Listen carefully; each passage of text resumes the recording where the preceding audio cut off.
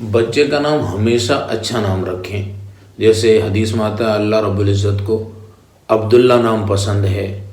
عبد الرحمن نام پسند ہے، یہ نام رکھنے چاہیے بچوں کے، یا عبد الرحیم یہ نام، کہ کل قیامت کے دن جب پکارے جائیں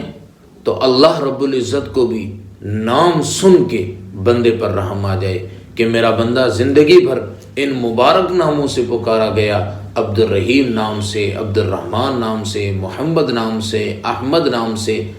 اور اس دن اللہ رب العزت کو جہنم میں ڈالتے ہوئے بھی حیا محسوس ہو۔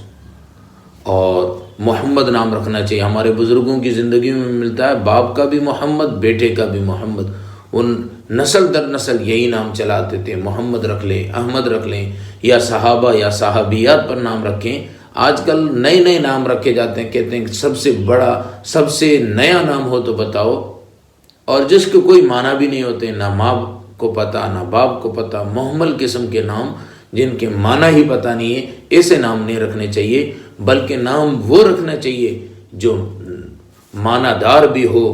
اور نام اچھا بھی ہو۔ جیسے اللہ رب العزت نے قرآن مقدس میں حضرت یحییٰ علیہ السلام کا نام اللہ نے رب العزت نے خود نے رکھا۔